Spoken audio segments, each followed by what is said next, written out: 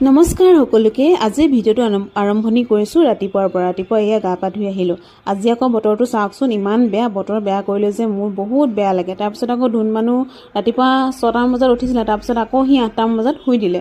তাৰপৰা সি হোৱা চান্স লৈ পেলাই এয়া চব্জি কাটিলোঁ। তাক আকৌ ককায়েকক ৰখীয়া দি দিছোঁ, মানে সি কেনেবাকৈ উঠিবও পাৰে নহয়। বৰষুণ আকৌ বাহিৰত ঝৰঝৰাই দি আছে দেই। তাৰপৰা এয়া মানে কবি আৰু ফেচবিন আলু সেনেকৈ চব মিক্স কৰি ভাজিলোঁ। তাৰপিছত সিয়াকো উলিয়াই মেলি ৰেডি কৰি ল'লোঁ। মোবাইলটো আকৌ দি দিছোঁ অকণমান চাওক বুলি, নহ'লে যে টাইম মেনেজ কৰিব নোৱাৰি। তাক লৈ থাকিলে মানে বেটেৰীহে পাবহি। তাৰপৰা এইপিনে ভাতৰ লগত আজি আছিলে ফুলকবি আলু দাইল, তাৰপৰা বন্ধাকবি চব্জি, কণী বিলাহী এনেকৈ ভজা হৈছিলে।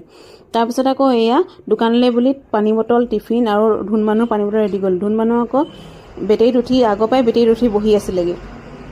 তাৰপিছত এয়া দেখিছেনে, আমি বেটেৰীত আহিলোঁ।